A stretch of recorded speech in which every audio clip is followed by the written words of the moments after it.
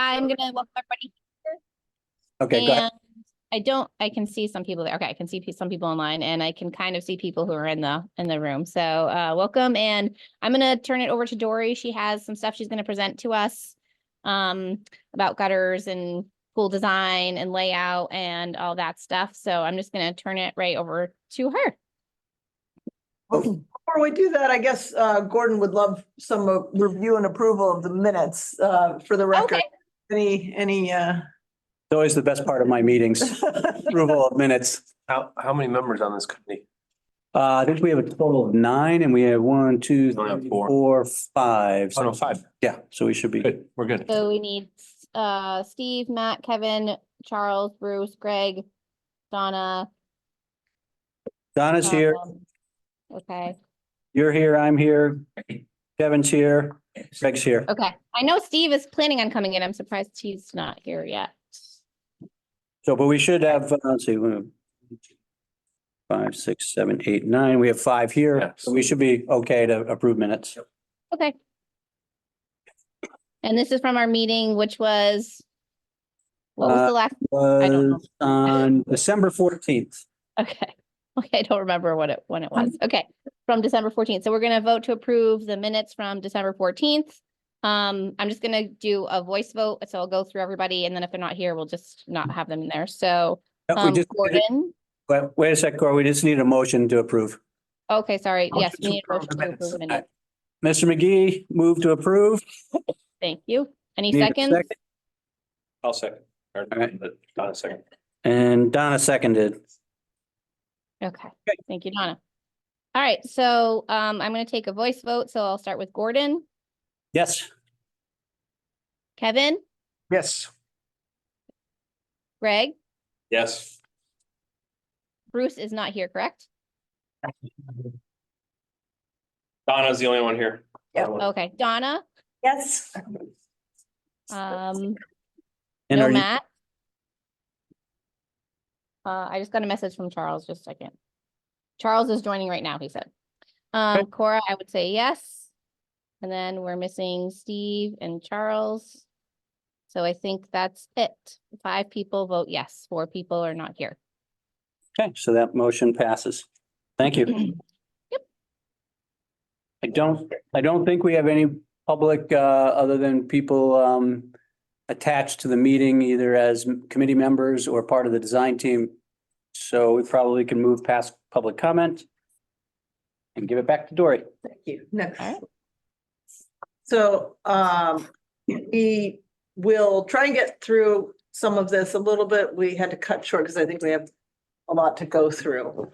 And I talked to Cora a little bit about how, picking up on where we were in the last meeting, we agreed that we would go to Minichog and take a look at Minichog. So I wanted to report on the Minichog visit, take a look at what, now we have sort of West Springfield, Minichog in our heads now.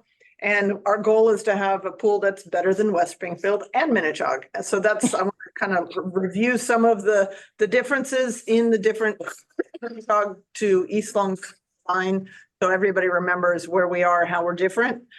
There are always things where, based on your priorities, we're trying to sort of optimize if there's a way we can get a little more seating or make some changes. Should we stop and welcome? I just said hello. Okay.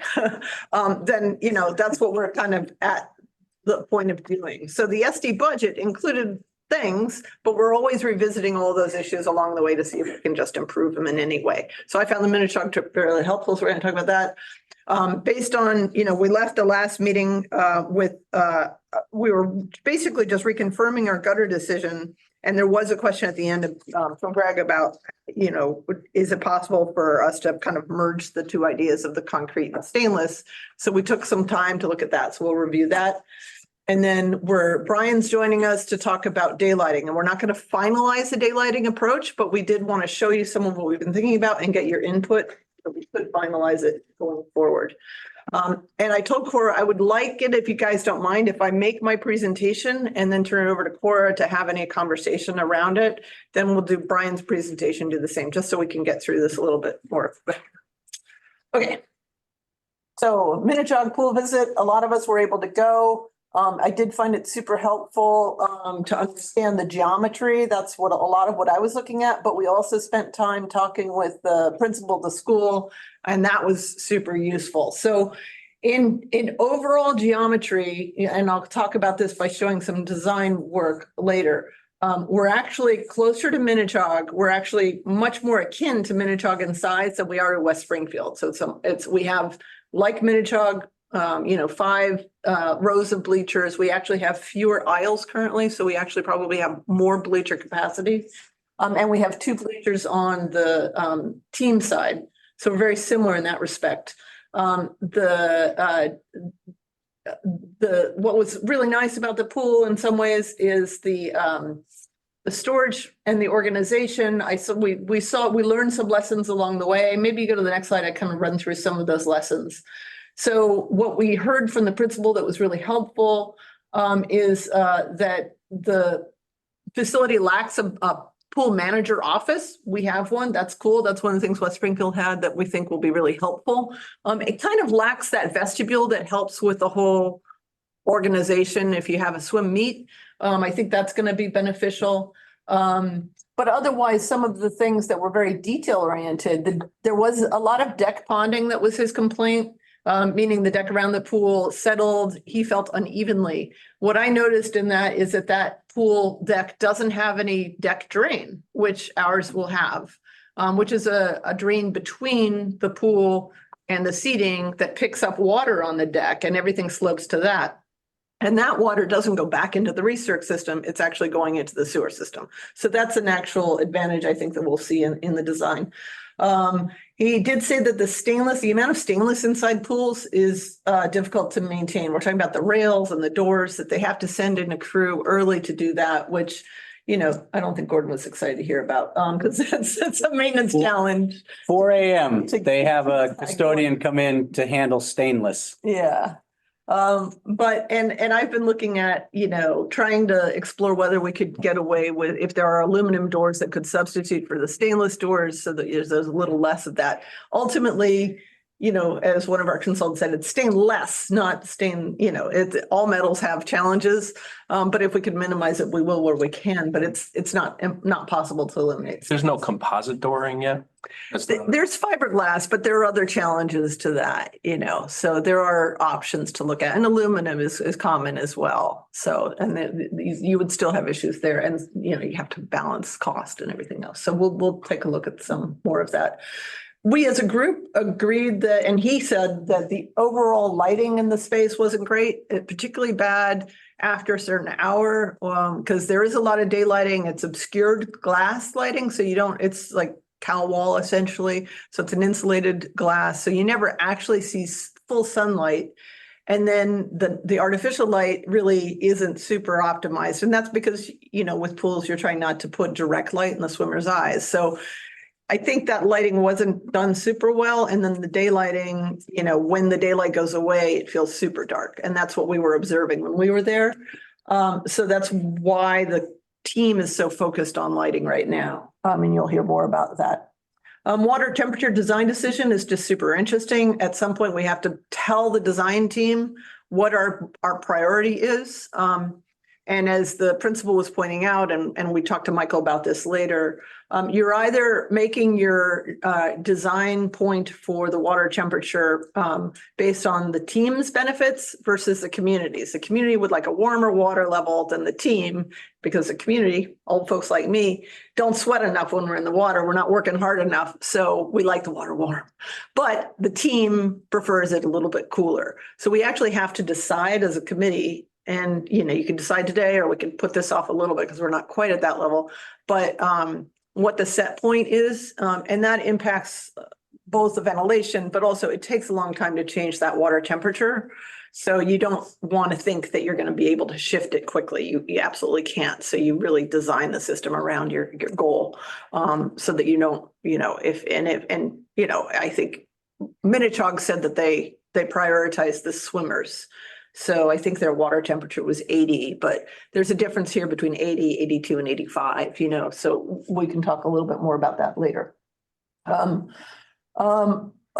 recommended adding speakers from the beginning. They added that later. So we'll be sure we did that. We already had it in the budget, but we're, looking at it at a design level.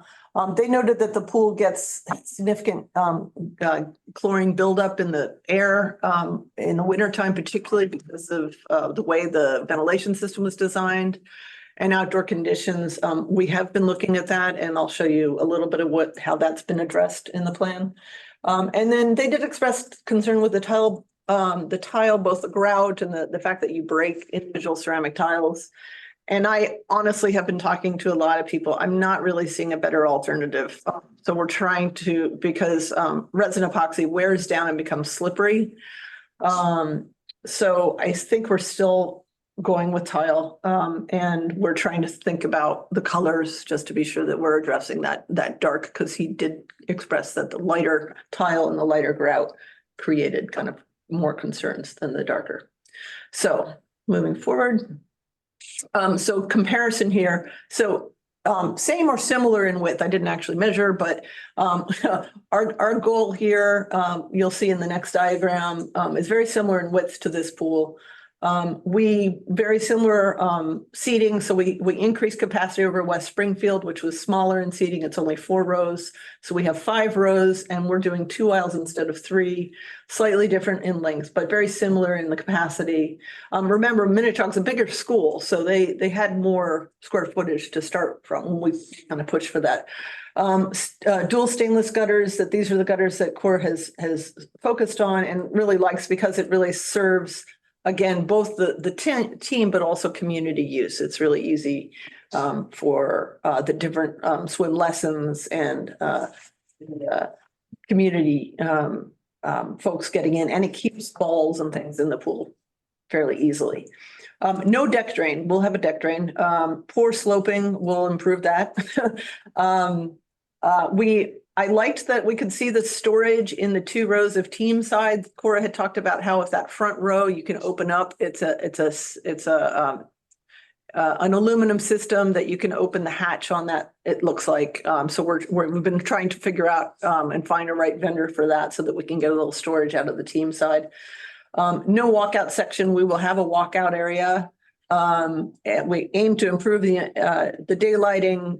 We're going to look at the daylighting specifically on that obscure glass. We're studying that parametrically. And then they had both acoustic ceiling and acoustic block. And this is one differentiator. We have acoustic ceiling deck. We do not have acoustic block because our block has to be its reinforced grouted block, which means we can't have it be hollow and supporting acoustic treatment. So we are going to have to keep working to find additional ways of helping with the acoustics so that the space is not loud. I thought Minnetonka actually had really pretty good sound value compared to some pools. Colorado timing system will do similar. The speakers will do the deep end ledge.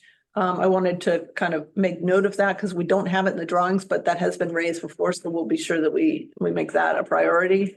And then the ventilation. So moving forward. So this is just a quick reiteration of the dimensions here. So I wanted to be sure everybody understands because there was a lot of conversation. So we do have 5 rows of bleachers on the left where the visitor sits. Then we have 9 feet from there to the edge of the pool. Then we have a 48-foot wide pool, which amounts to 6 7.5-foot lanes plus 1.5 feet on either side beyond those lanes. And then we have, it looks like essentially 10 feet. That sounds great. Why do you have so much over there? But remember the walkout's on that side. So the walkout area, you cut back about 4 feet and, so you have a little neck there. So that's why we have a little bit more. And that's great because that's also where, lifeguard station could be and things like that. How is that 9 feet compared to Minnetonka? Is that similar? Very similar, very similar. I didn't measure it, but it looked pretty similar to me. Where you see those little yellow marks, that's roughly where your deck drains would go. So they're picking up water. That I felt that was a real kind of flaw there. And then they had the speakers one-sided focusing to the bleacher side. And they had the difference between the 2 pools you'll see in the renders later. West Springfield had a light truss. So they have a system that goes around the perimeter of the pool that carries indirect lighting and lights upward. Minnetonka had individual fixtures. And, you know, a little bit dated, they probably didn't necessarily fully daylight model that. And they had extra light to the bleacher side.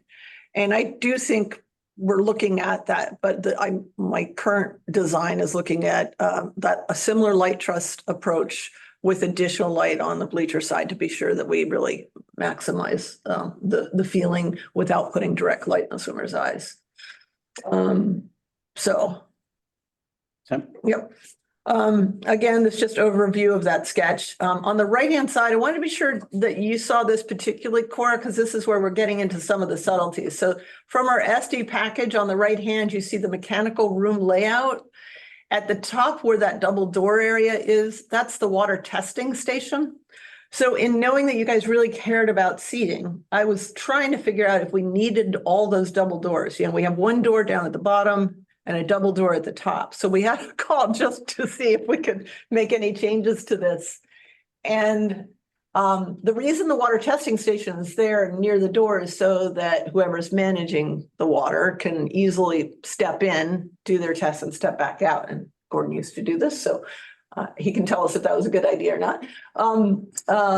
And, you know, I've been wondering about, is there any way to make that a single door so that we could stretch this wall or eliminate the door below? In the end, the design team felt that having those double doors both to the outside and into the pool was essential to getting equipment in and out and through here. And that if we, you see the plumbing room has the double doors and you have a lot of equipment that needs to get in there. So at the moment, it seems we talked about maybe connecting these rooms, maybe demising the wall, but everybody felt that it was better to retain that separation and only have one double door set here. So at the moment, we're keeping it. Sorry, is that storage as well? The pool? No, the pool storage is down at the bottom. You see the pool storage room? So you know how they had the lane line reel Yeah, that's that down in down the there? pool storage room. Is Yeah. that big enough? Is that similar to the Minichog side? It's similar, it's just arrayed differently. The Minichog one was churned Okay. the other direction, which has advantages, Yeah. but what they have, what they don't have is a full office, and we've obviously prioritized the office over the storage room, but we have kept that storage room nearby. That's, you know, what happens otherwise, because you do see a lot of square footage vacant in the pool mechanical room. You also have the pallets of materials that need to be stored that support the filtration system. So that's why there's a little bit of extra space around that as well. This is just from the SD package showing you those lane lines at the bottom and Greg pointed out, you know, being sure that those are painted, you know, a darker color so that they're really readable. On the right is that just schematic cross section of the pool depth. But again, you noted that we will add a deep end ledge based on the committee's preference for that, for stepping out. Why is that? So that's so that we, if you, again, old people like me, you swim to the deep end of the pool, you're tired, you get to rest, you know. So that was something that, you know, that I think Core brought up and that I did notice that we have seen in a number of these pools that we've been looking at. Is it just at the edge? Just at the deep end, yeah, at the far But edge, not wrapping around? not wrapping, Okay, yeah, Oh, so it's just underneath. right on the walls, right on the wall. the ledge. Yes, it's just. So out. Greg, if you ever watch Olympic swimming or any other, that's pretty much the only swimming you're going to see on TV because they don't have any other swimming on TV. They have ledges that actually either jut in, most of them jut into the wall. Those are like fancy, really nice pools. This ledge, if you talk to any swimmer who goes to swim at Minichog, they're going to tell you that is their most favorite thing. And I'm also thinking about when you have swimming lessons and you have younger kids who are learning how to learn like how to swim an endurance piece, like swimming multiple lengths at one time, going to the edge of the pool, you can rest your arm on the side, but having that ledge, even our younger swimmers, like my daughter who just turned 11 said that she loves having that there because when they're done and they're waiting and listening to someone give instructions, it's really helpful for people. So I think even for a younger population who's swimming, the high school population, but even like, you know, any seniors who go in to decide to do laps, it's a really nice feature. And it's just a little short ledge, but it just provides a lot of extra relief and comfort for people. And it's just on the back wall. Feet. Yeah, so that, Cora, do you know the exact, is it the same depth essentially as the shallow end? I think it's just under 4 feet down. John and I wrote all the dimensions down before. I can't find them, but it's not quite 4 feet. So and I think it sticks out like 2 inches, 2 or 3 inches, 2.5 inches. It's not very big, but it's just enough where you can at least put 1 foot and then 1 arm on the side, and it makes a really big difference for people. Gotta be 6 or 8 inches, I would think, right? Yeah, it's like, it feels like half your foot really usually. Yeah, it does. It's smaller than you would think, but it definitely provides a lot of relief. I do have it's in one of the pictures. You can see it in one of the pictures I have. So if you want to, here, let me see if I can make this smaller. I did pop up the pictures that I took. If you want to share, if I can share my screen. I think we're okay with it. I mean, if people are comfortable with it, I don't think it's a point of contention at all. Yeah, If you look at this picture, oops, it just got really tiny. I don't know if you can see my screen. Where did it Yeah, go? we can see it. We got it. Okay, so you can see the ledge. It sticks out like 2 little tiles wide. It's not very far down, but it's enough for people to like kind of stand on, but also put their hands like on the edge of the pool. And it's just that back wall. A nice thing. It's super nice. It's a good thing. It's a real good So thing. Cora, just because I have the dimensions that Eric emailed me right in front of me here. The Okay, ledge itself starts at 4 feet, 3 inches deep, is 4 inches off of the wall and extends down another 2 feet before it juts back in. there we go. That's what it is. Great. Okay. Next slide. Next slide, yeah. So just again, when we left the last meeting, you know, there had been the confirmation that the committee had included the stainless cantilever gutter system in the SD cost. We talked about some of the challenges of that, and Greg asked that we look at a concrete gutter system with a stainless top and see if we could kind of come up with something that does both essentially. We were not able to do that. We met with the team and that isn't viable. But so I want to run through just to be sure that everybody understands where we are and what the strengths and weaknesses are. And again, understanding that this pool is trying to serve multiple needs, you know, competitive swim team community, and it's New England, and we know that there are issues with water over the deck, and that's been a real concern from day one. So this was that deep recessed concrete gutter system. And the advantage of it is the concrete construction, easier, cheaper to build. But it is more common in an outdoor setting, more common for water polo programs, which this is not the case. It has the disadvantage of being louder from within the pool. The sound kind of echoes when your head's inside it because of the way that raised functioning. But it has the advantage of being sort of easy to grip, harder to get out of, obviously, because you have this rough, higher surface area. And unlike the Minnetonka pool, you don't have the lower water level step out or pull out area. But it does keep pool toys in. But it was not recommended for this project by Aquatic Design. And you see you have that 12-inch depth difference between water level. It does a good job of kind of taking all that water in, but that's a pretty big gap. Is that an outdoor pool door? Because it's all That is- concrete. That is an outdoor pool that you're looking at. Okay. You can do it inside, but there isn't a lot The of, deck is concrete as well. when you're looking at Saying it. that's not a viable option. We don't think that's viable because it's New England. The sun dries that out regularly, kills off anything that's on it. Inside, how do you dry that out, right? So it's all absorbing in, it's rougher, so that's part of the challenge there. Next. So this is the design you see at West Springfield, and that's a recently installed version of roughly the same design at, what is it? No, Philip Andover. That Aquatic Design did. And this was the design that initially Michael was recommending for the district because of your successful swim team program, it being something that, it is very durable construction, few breakable parts, easier, cheaper to bid and install, easier to exit the pool. Generally, it's like, you see the college programs have this because you get faster swim times with less chop when you don't have that reflective energy on the water. But it's harder for the swimmer, for particularly inexperienced swimmers, to see the wall coming. You know, for, I guess, my understanding, and I've been reading a lot about this, is that, you know, you're training your swimmers to look down, not necessarily, you know, look ahead. So maybe it helps your swimmers swim better, but a lot of folks are not expert swimmers. So that is a bit of a disadvantage to that. Easier for balls to fly out, certainly easier in order to overflow when you have the whole pool racing, you know, which is a significant concern. And I keep coming back to this in my head, and I think it's a lot of what we've been talking about. Cora's been talking about, you know, because we spoke a little bit today about how when you're teaching beginners, there are advantages to the stainless steel design approach in terms of your grip and what you can work with.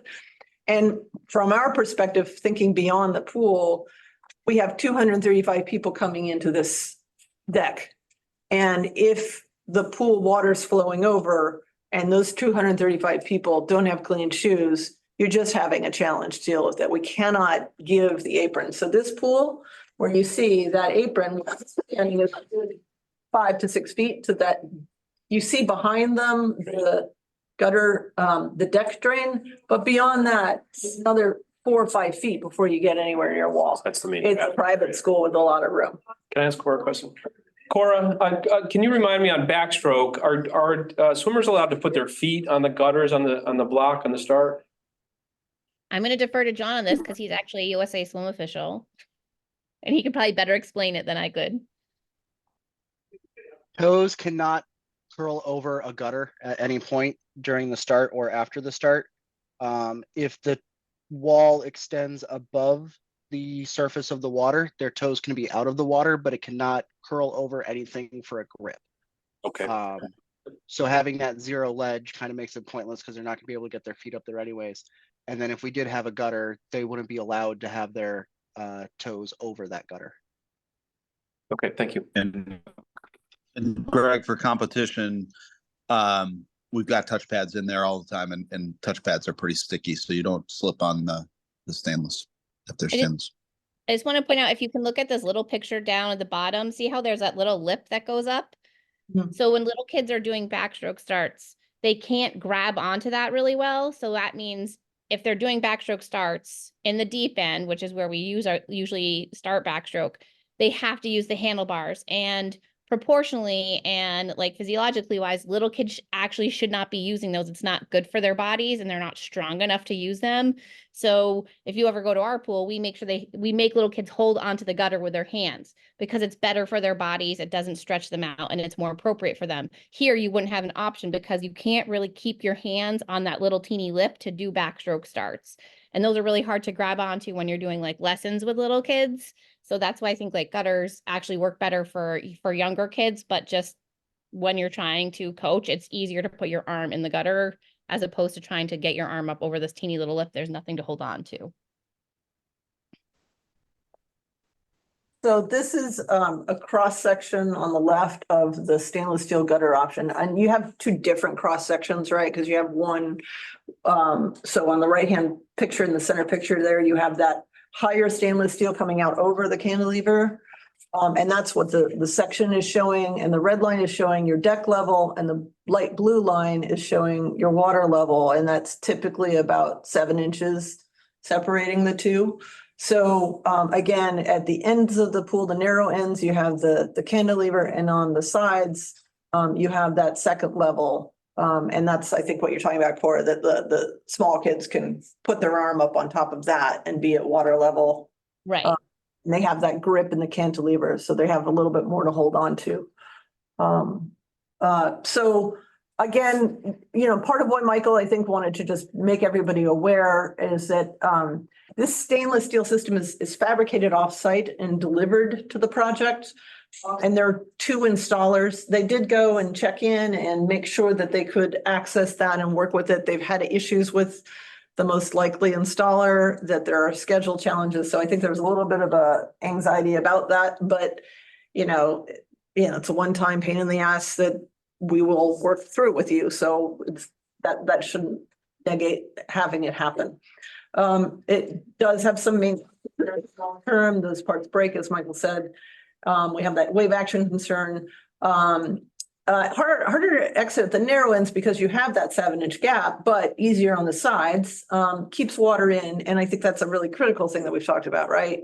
Just a little bit less action where we have that 9-foot span on the deck. So that is considerable in our climate. Easy to exit the sides. Again, easier to see where you're heading. And there is still a little bit of that echo chamber is my understanding, but obviously people are somewhat used to it. And you are, entering above the water level and entering into the pool, which is different, So moving on. So if you go to the next slide, we're going to go into some things here. I'm sorry, at the end. That's right. We'll go back. Sorry, go back the other direction. My apologies. I have some comparative of all three of the big slides, but I don't think it really matters. I think at this point, I just wanted to close out the conversation, be sure that we reviewed it with you all. And I'm happy to turn over to you, Cora, for any other discussion of this, or we can kind of confirm our direction and move on into the daylighting next. Well, I mean, I'm good with this. I think it kind of shows all the pros and cons, but I feel like it definitely highlights how this works best for an indoor winter New England style swimming pool. Yeah, Cora, I think we're done. Yeah, I think we're good. All right, so next we'll go forward and bring Brian in to talk about, at this slide. And Brian's going to set us up for conversation about the work that's been going on studying daylighting. Brian, you there? He's on his way. Okay. Transfer portal. Being elevated. Yeah, we had to do a brief restart when we got privileges. So hello, everyone. I'm going to try to keep this brief. The lighting we know is a topic that everyone cares deeply about. It's not the feature topic at the moment, but we did want to share some thoughts with you about our sort of view of lighting in general. SMMA, as we're responsible for the design of the envelope of this building and the sort of exterior design, if you will, we have some tools at our disposal in terms of the fenestration, the windows that we place on the building. And I'm seeing sort of the left end of the image. And I wonder if the view could sort of zoom out a little bit to capture more of the screen. But we wanted to just leave off or start off with the image that we created for the schematic design submission. Right, okay, so now we're seeing the pool building in context with the rest of the school. The idea here was it's a material continuation of the school building with the entry point between two buildings, creating the lobby. And then because we know that sort of the lower half of the volume of the natatorium wants to be largely windowless, we took measures to sort of start to decorate sort of the box, if you will, and we'll continue to look at that. But one thing we did want to look at initially here, and if we can go to the next slide, which is a little bit more crude version of the view, but starts to illustrate, especially on the northern left-hand sort of short end of the building, where we think that it might be more useful to place windows up high, so similar to what's on the west-facing wall of the building, primarily on that location, and then create somewhat of a slot element at the corner, a tall element that's offset from the pool, where you can get more daylighting in, you can have views out and have a sense of where you are on the campus. And knowing that interior shades are going to be part of the the picture in terms of controlling this. This is a kind of a first step toward, we think kind of optimizing the natural and passive daylighting, right, of the space. And so then we wanted to try to do some analysis that would help us anticipate the next steps of development here in terms of design, which as a holistic design has to include the lighting designer. And so we haven't had that interface yet, but we'll work on that in the next round. But we have learned some things in terms of possibilities, in terms of how we employ these windows. Again, on the large elevation that we're looking at is primarily facing west. It's sort of west-northwest, I would call it. And so we felt that animating that wall and creating windows there is appropriate. And we can get a lot of daylight there, but it needs control, which are those vertical metal fin elements that are extending from the window. So from this vantage point, you don't see any glass. And that is by design. So the sun, which is kind of on the other, kind of mirrored from your view of the building, is also blocked from the glass. So this is our strategy to reduce glare within the room. And so that's a piece that has been in the project. We've simply migrated some of those fins from the north side to the west where they're useful. So this is kind of a first step, again, toward optimization. So if we bring some of these thoughts forward, we wanted to share in the next slide, not for you to take away conclusions from the analysis, nor for us to simply tell you what we think we should do, but to sort of share our homework, if you will, share our work. So there's a lot of information on this slide. On the left are simple views of the top two in the space, and on the bottom, the same view from the outside. The blue box in the center top is a plan view, and north is up on that view. And it matches sort of the orientation of the upper left view within the natatorium, right? And then further to the right, we go into some deep analysis, and we're using our modeling tools to generate basically a simulation of the daylit space throughout the year. This is not one snapshot. This is a composite of the performance of the windows in the space throughout the year. The round fisheye view is what the computer uses to generate basically the output that we then use to say, on the right-hand side, those summaries, how much of the sort of floor area of the room has a target light level for 50% of the year. So it's a somewhat generic output. We can draw some conclusions about the general performance of our window design, but what we want to do is understand, I think, a bit more, and we're not asking for it now, but sort of what are the priorities in terms of performance level that we should be targeting. And it will be very important when the lighting designer comes into the picture to understand that, because there are going to be facility guidelines that we'll use to set light levels both at the pool and at the deck.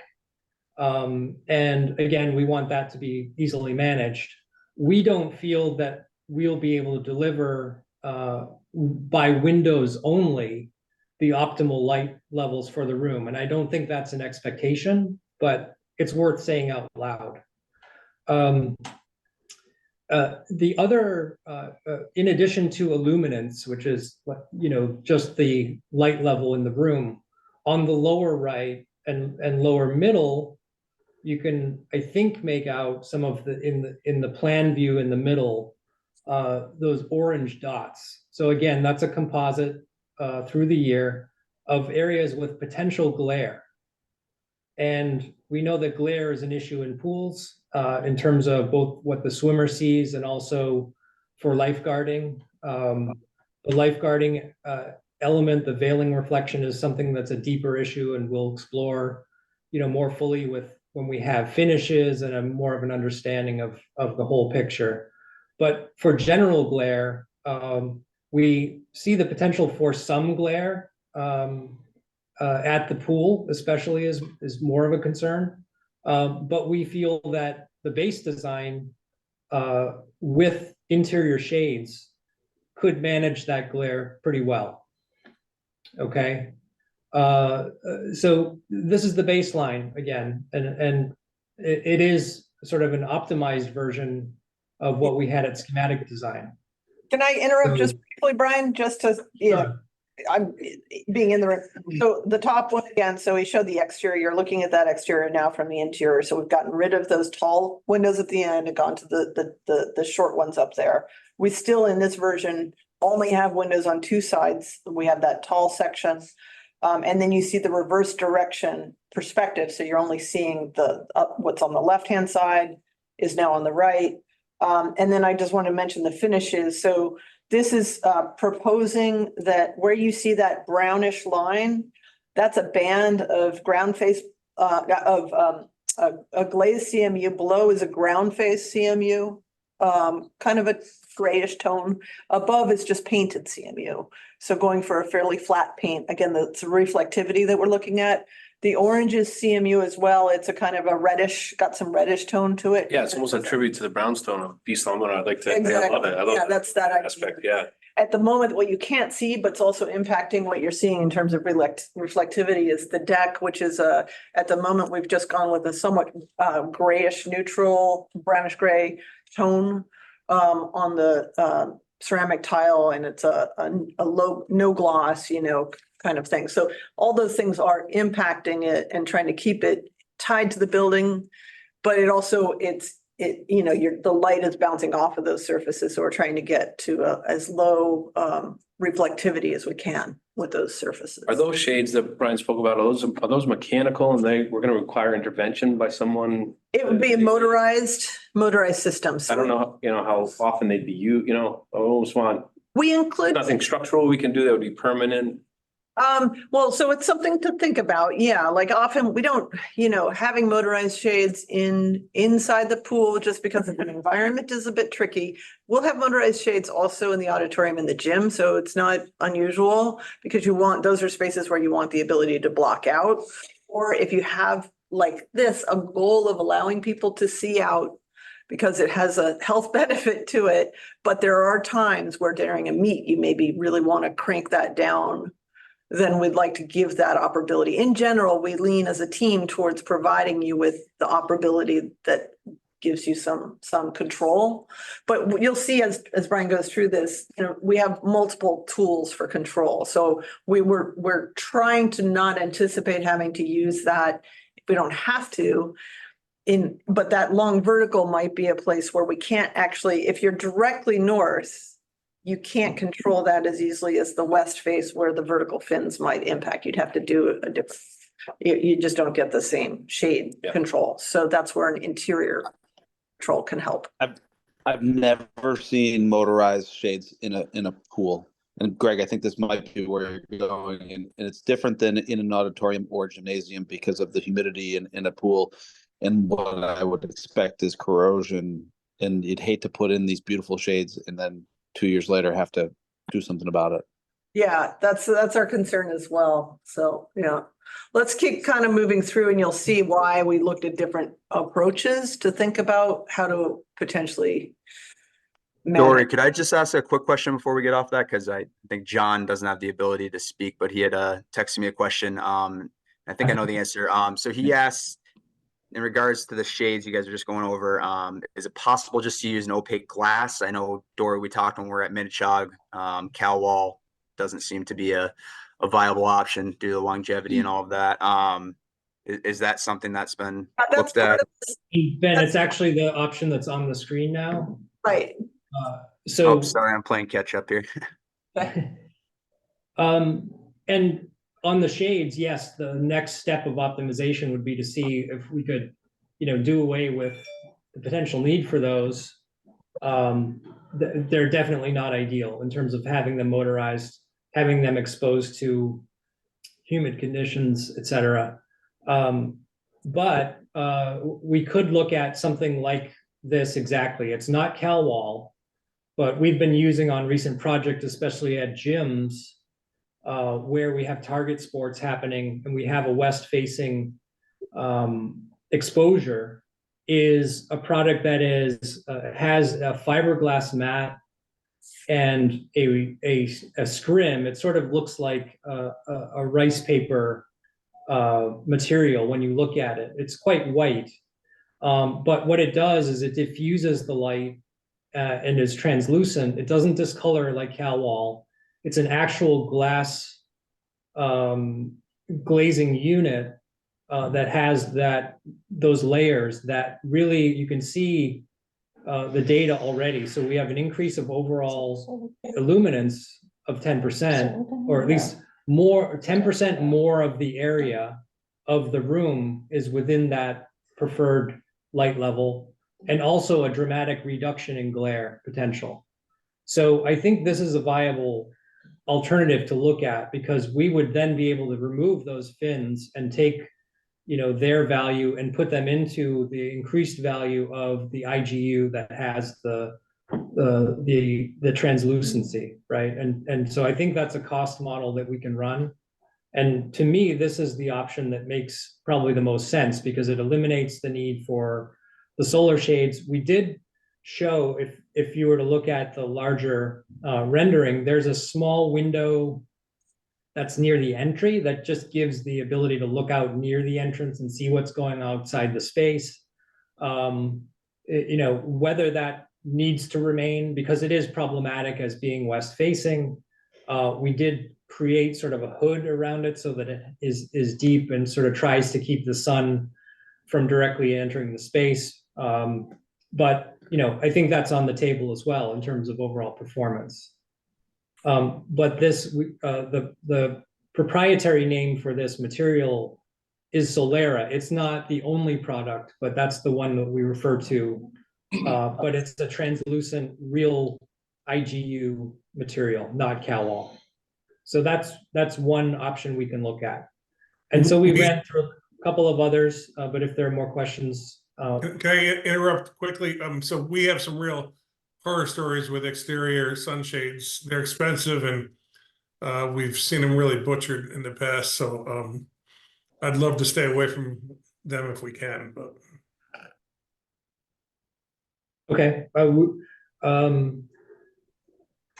we in terms of quality, we've seen excellent quality recently on schools. But if there's you know, experience with that not being the case, then I think that just factors into the decision making.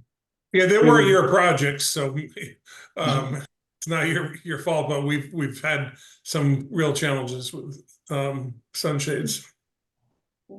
Okay, noted.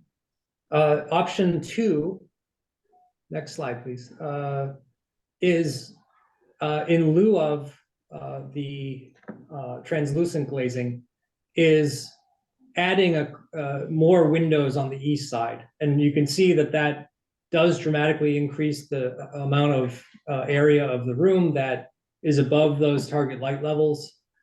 When you add the artificial lighting, is that really necessary? And it also increases the potential for glare. So I think the net on this one is actually a negative. And so we don't promote sort of pushing that forward in terms of adding more glazing. Option 3 is looking at something like a skylight option, which, okay, now we're talking about penetrations in the roof. The product that we actually have studied with this is a tubular system that it's not a skylight. It's sort of like, I don't know if you've seen them like in interior residential installations in a bathroom. It's a larger version of that. So there's a tube that comes down. It produces the light at a low level below the structure, below the mechanicals. that it's delivering basically all of that light in a targeted way. So, and it's diffuse. It increases the effective lighting area. It is an addition to what we had shown before in terms of basic scope. It slightly increases the glare potential, but with the cost add, it seems like a lower sort of quality solution than, say, the Solera would be. But it is a possibility. And so that was the range of the study. And I think it's helped us understand, what we could potentially do to optimize and improve the design. What we wanted to do was first, do no harm, try to deliver to the room as good a lighting level as we can, using the amount of glazing that makes sense. And so that's kind of where we leave it until we come back. If we can get more targeted information about, are there really sensitive daylight hours that we should be tending to more carefully, then we would, factor those in and run the data based on trying to maybe limit the number of hours that we're looking at and have a more targeted approach. So one thing that we would like to hear from you all about, and I know it's hard because the pool doesn't exist yet, but likely hours of operation and not what they are now, but what they might be. And maybe that'd be an area where you could help, because it's being sure that we design both the daylighting and the artificial lighting to really maximize. And artificial lighting has come a long ways since Minichog was done. So there's a lot more control capacity in the LEDs and they're more energy saving. But do you have a sense of the kind of likely schedule of hours and when peak hours of use might be? Well, of course, I'd love to start it in the morning with lap swims. And I'd even like to throw in some, possible lessons or Aqua X. I know Kevin, it squeezed the school in too.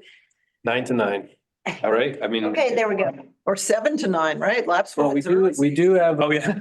Well, they do at Minichog. They open up early for. We have faculty that comes in and uses the. At what time?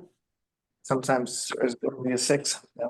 6. Can't we just rely on the artificial lighting to light and then supplement with natural lighting? Isn't that the general idea? Or because you Yeah. have to have enough lighting artificially anyway. Right, and what we'll ultimately be doing with the artificial lighting is the value of using natural lighting is it cuts down on how much artificial energy, how much lighting you're providing, so you. Oh, we're gonna turn different lights on during the day. So you can have dimmer controls that kind of keep that, aim for certain levels there and sort of supplement between the two, so that the two are kind of working in tandem with each other.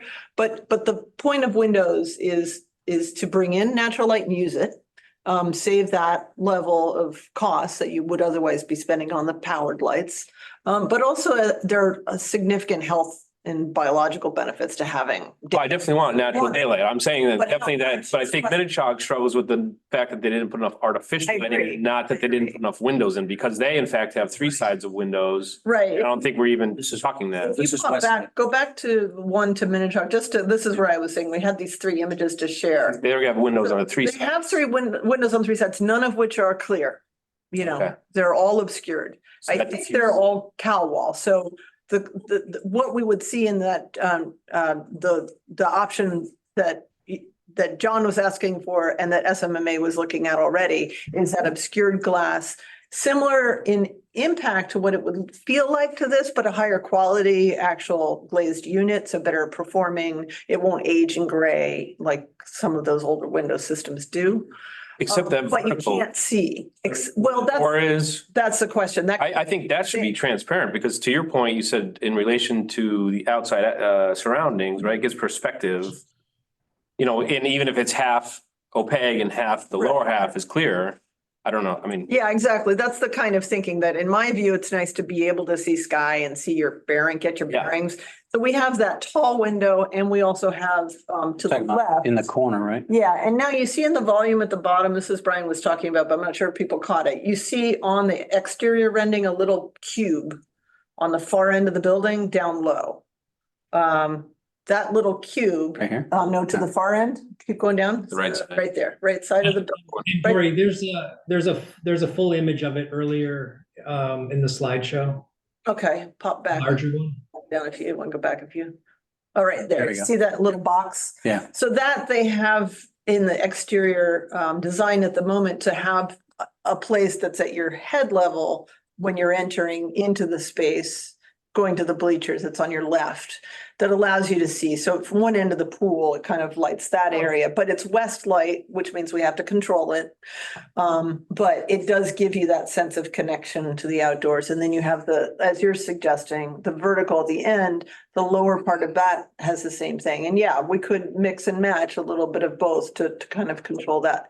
So that's good thought. But I'd like, given our experience at Minnetonka and other places, it's nice to have a little bit of real light. Yeah, I definitely want to realize, because you don't have it now and you Yeah. feel like you're in a dungeon. May I ask you a question on Yeah. West Side? Because West Side was done after Minnetonka, right? Yes, So right. what type of interior lighting do they have? What's the difference that, I mean, So that's it. this ends up being very similar to, and I can't remember all the orientation of the building, to be honest. Very similar to what we're seeing as kind of where we're ending up. And we didn't start here, but we're ending up in the same place, probably for the same basic reasons, you know. We thought three sides would benefit because usually if you're balancing it kind of, and it from a daylighting perspective, it does. But in this project, from a glare perspective, as Brian was saying, it really isn't helping us to bring in that second line of light. For the cost, it's not worth doing. And there's no aesthetic reading from the outside of the building that we care that much about that side. So good to let it go, you know? So that brings us back basically to this approach and then the balancing act of translucent and shading and natural light. So I think that's where we're gonna end up and it's quite similar. And it definitely helps to have that natural light versus no window at all. And orientation is a little different here. The long wall on the left with the windows is north facing. The short window at the end is east. So what you're seeing is morning light coming in the end window. Right, so we have a So little, we're like 30 degrees yeah, cockeyed this way, right? exactly. We're not true north at one end. So the shades that we're putting on the northwest side, we can't replicate those on the far end too, but on a different angle. What happens is that the more north you go, the more the north-south you go, the more you need exterior shading, but you don't have We're not facing south at all. The other side is northeast, right? Yeah, I think that, again, it gets back to that question about whether it's advantageous to even do those for, you know, we're looking at that compared to the cost of the translucent and the ease of, and how controllable it is and whether it's beneficial. It's the more west it is, the more that vertical fin is helpful. The less west you are, the less helpful it is. West, huh? Yeah, yeah. Not east for the same effect. Same effect on east. Yeah, okay. But we don't, east, we're really not seeing that it's worth it, because having light from both sides, we'd rather the windows on this side, because this is the side you're seeing in your approach. Like this, Yep. otherwise we have a box with nothing, so. But it doesn't seem to really be playing out that there's a lot of advantage to having two sides with that much natural light. Unless you know, the coaches feel that having windows to the end is just too problematic, but I think, you know, we're seeing that it's working. You see how, we have these end windows, but now they're just high. And they don't seem to be intruding on the experience of swimming, so. You would just want to make sure that you can put, if you go back to the Minnetonka one, they have lights, but they have the scoreboard underneath it Yeah. at where the deep end and like where the starting end is, and that's where you would want the scoreboard to be, behind the diving blocks. You can barely see it with the Yeah, yeah. spackle flags. I know You it's can there. barely see it, but it is there. And then back on the hours of operation, I think it's the end of the day that is most critical. So is it likely that you would have the pool open for community use? You know, after school hours, because the school day ends roughly 3, right? So you're Mhm. 2. So you're using it heavily from 2 to 6 or 7, maybe? Or nine? Yeah, 9. Or nine, so. Nine. And then there's not likely to be a season at which you're not using the pool, even if the school. Summer, right? Less likely in the. We found out that running lessons indoor is better than at Pine Knoll because of distractions with camp kids. Oh, really? And plus, the Interesting. Marlins comes in and takes the whole pool I find out. at Pine Knoll. Oh, I didn't know you were, okay. And controlled water temperature. Yeah, good point. Oh, right, controlled, yeah, so that's another advantage, yeah. Okay, so really, we're talking 4 seasons, as much as, so we. We hope so, right? That's what we told the community. Yeah. Use it as much as possible. Yeah. And that's why we have the separate entrance and yeah. Okay, great. And then, so these images are just showing some of these differences, so everybody's aware and where we're kind of falling in some of this design right now. Part of why this matters is that we're also in the middle of coordinating structure, openings, bearing and ventilation. And I also want to show. This is what we would look like. Right, this is just where we are right now. And now a couple of things are in progress on this right now. So the height of the windows, we're still obviously exploring. You see these pilasters or columns. That started because on the right-hand side, you see that there's some vents that are there. They're not painted the right color, but the intent is to pull that gas out, so pull that receiving grill low enough to draw across. So that's what those are doing. Those shafts actually end up being pretty important. So then roof drains, we're now looking at sloping. So there'll be a small peak in the middle and we'll slope left and right. So you're not seeing that in the structure yet. The structure is going to change and the lighting and additional sort of systems will be up in there. So we'll be shifting out. Those pilasters are shown a little bit narrow at the moment. They're probably going to grow a little bit as we work through it. So we're in the middle of all this coordination and the actual opening sizes are influential to the structural analysis, which is why we're doing this study now. And the scoreboard would be at the end we're looking at? Yeah, right below those windows as Cora was talking about. Gotcha. Okay. Great. So that's the status of where we are right now, and just confirming today's meeting allows us to really kick forward aquatic design work. And we're already working through stuff internally on the building. A couple things I wanted to share that I wasn't able to get the image in because we were in the midst of working on it is we're having a meeting today looking at the fire rating separation between the building and the pool building. Has complications to it. So we've been adjusting the vestibule and the sizing to be sure that we can minimize the cost impact of that fire rating and building separation.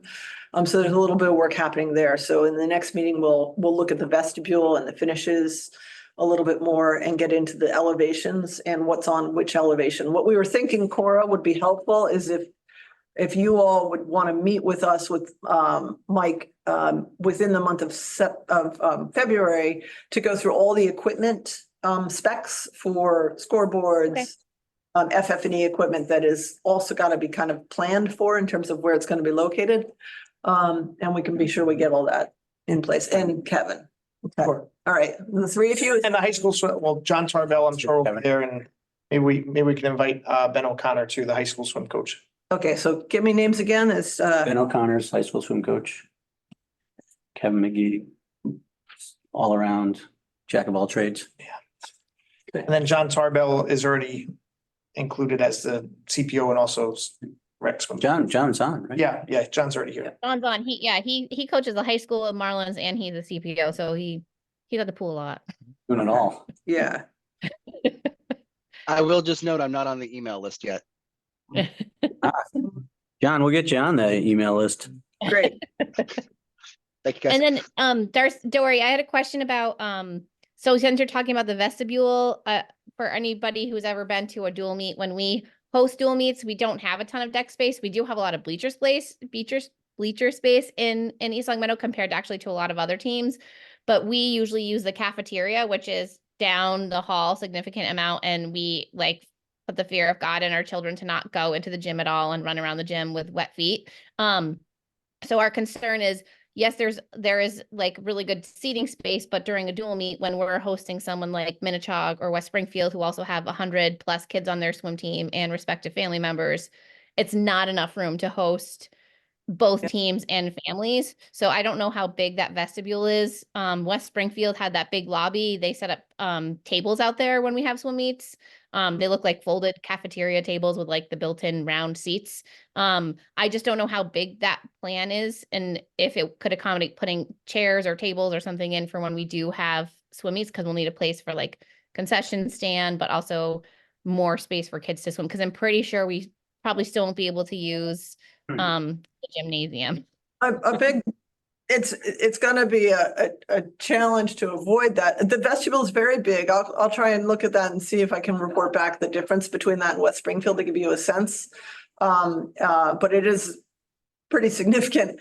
The other thing I think that's relevant that maybe we could talk about with the building committee in terms of finishes is that the next space prior to the gym is the alt PE room, which is a 2,000 square foot space connected to a weight room, which is another 700 or so. The flooring being. And that's a question, right? So that people sometimes go with rubber or wood. We have wood currently in the plan. It's a multi-purpose space, and looks into the gym, but is not the gym. And then you have the gym. So if you're trying to avoid water, that might be a question is, does it make sense realistically to create Rubber anticipated for that floor? using that? Rubber in the small gym now that we have? Wood. Is wood in the small gym? Okay. Yeah. And that room is going to be used for, we wanted to have give, we want it to be good for anything from cheerleading to dance to stretching to, light sport work. So that's a question. For the space at West Springfield in that vestibule, is that sufficient at West Springfield? It's tight when you have two big teams. Right. Like West Springfield, we had like just under 60 and they probably had 80. And it was the whole like pool area and that vestibule area was pretty much packed to the gills. Yeah, let's look at that small gym area. I think that's And rubberize the. probably the next best thing. Yeah, I mean, so that would be And access and lockability in terms of Mhm. locking the school from the gym side. I don't know if there's multiple access to that small gym, is there? That's, Yeah, you could ultimately go through there into the locker area, but that's Yeah. all controllable. Okay. No, okay, good. but yeah, from an egress standpoint, you gotta be sure you're allowing. But you could control access to the gym to keep it offline. So you I'm also can, thinking if this school was ever approached to host like big meets, like USA meets, you can make significant amount of money. So like Log Meadow High School was going to charge us, I think, I don't know, John, correct me if I'm wrong, $12,000 or $13,000 for a 2-day swim meet to host champs. And that included like custodians and all that kind of stuff, but you can make significant money if you have enough space to hold teams to be able to accommodate them with the swimming space also. Just an FYI, as a way to make money. Yep. Do you want exact numbers? Sorry? Did you want exact numbers on how much pools were charging for renting space out, or we want to have that conversation a different day? do you know offhand, John? Yeah, the last time Pioneer Valley Swim League held championships at Long Meadow High School, custodial and facility fees was over $13,000. Last year, we split championships between Minnetrog Regional High School and Springfield College. Minnetrog custodial and facilities for only an afternoon of Saturday was just over $4,000. And then Springfield actually cut us a deal and just asked for a donation, so it ended up being $6,000 for them. But I do know for a fact Springfield College rents out at $20,000 for an entire weekend for summer long course meets. But then again, they are one of 3 pools in this state that can host long course meets, and we would not be able to do that being just a yards pool. Thank you. Before we leave the doors, I think it's significant because I know labor is as an issue, and the principal at Minnetrog specifically said that they have an individual come specifically to clean the doors every morning, which we do not want to get into. So I would be in favor of exploring the fiberglass doors and frames to prohibit the labor intensity of keeping stainless. Because we only have a dozen doors in there, right? Right. Can we look at that? Yep. Please? Yep. Yeah, we brought it up. We had a meeting with Michael and he hadn't seen that done, but we will keep. I mean, I just looked it up. They're available for, Yeah, in terms of being an auditorium. and yeah, for an auditorium, yeah. Good quality and stuff and will Three last. times the cost, but Yeah, but it's 12. For doors, right? Doors. Yeah, yeah. And the labor is important because labor is much more expensive than doors. Time. Yeah. So that's it for today's presentation. I think we just want to touch back in a month, but we'll schedule that other meeting in the interim or close to that. We want to get a little ways in before we get to the FF&E issues, but what's it? Hey, Dory, is the lighting designer internal to SMMA or third party? Third party, so we're just starting up. We just have things going with them now. Who is it? HLB. Yeah. Yeah, so we have a range of topics we've been piling up to go through with them. And I've been talking to other, lighting manufacturers and reps that we work with already. And there's a fairly limited approach, but it's more just doing the calculation analysis to be sure that the two are working together, that we need them.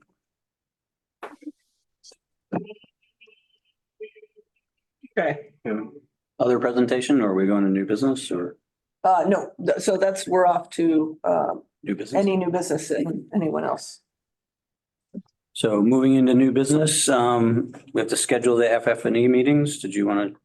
Yeah, that's just to find out. Yeah, what I think I'd do is probably send a doodle poll, so that we can find a date for that FF&E conversation with the team. So does that work for you all? Sure.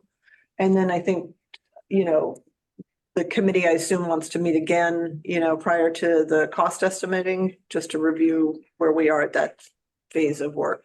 So again, we're aiming for cost estimating in March. So I think one more meeting of this committee before we get there would be helpful, just so everybody sees what we're, again, final daylighting proposals and any VE items that we want to kind of line up for that process, just to be sure we're all clear. So meet before estimating or after? Yeah, before. Before So estimating. one more meeting. So maybe late February? Late February would be great. Okay. Try to schedule that or? Or if folks are open to it. Hey, Dory, so I know we haven't scheduled next school building committee meeting, but I'm suspecting that it will probably fall on February 22nd. We want to try to line up the pool building committee prior to that.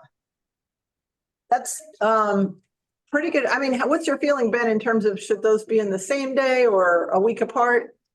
So you're I gonna don't have, mind breaking that's it up. February vacation week? I was just thinking if people were gonna be visiting in person, it probably makes sense to do back to back, 2 to 3 for the pool or 3 to 4 to. So then February 22nd falls in the middle of or end of the vacation week, which people that are out, Kevin's gonna be out. I don't know if Cora is around or not. How about the I work at WMA, 29th we still have instead, school. Gordon? What's that? I work at WMA. We still have school. Yes, you have the 2 weeks in March, maybe? Yeah. Ben said the 29th. 29th, 29th we could do. Yep. And that's school building committee on 2/29 At 3, at 3, pool at 2. Yeah. and then. Okay. Yeah. All right, so 2/29 pool and building. Great. Okay. Is an hour gonna be enough? I think so. Yeah, okay. Yeah, we're narrowing. All right, pool at Issues. 2, building at 3. Got it. Okay. Any other, Nope. okay. No other new business? Take a motion to adjourn? Motion I'll to take a motion to adjourn. Go. Kevin just moved to adjourn. Any seconds? Second. Seconded. You want to do the roll call, Cora? Sure. Gordon Yes. and Kevin, Yes. Greg, Yes. Donna, Yes. Steve, Yes. Charles. Yeah. And myself would be a yes. So that would be, motion approves. Beautiful. We're adjourned. Thank you. All right, thanks. Bye. Bye.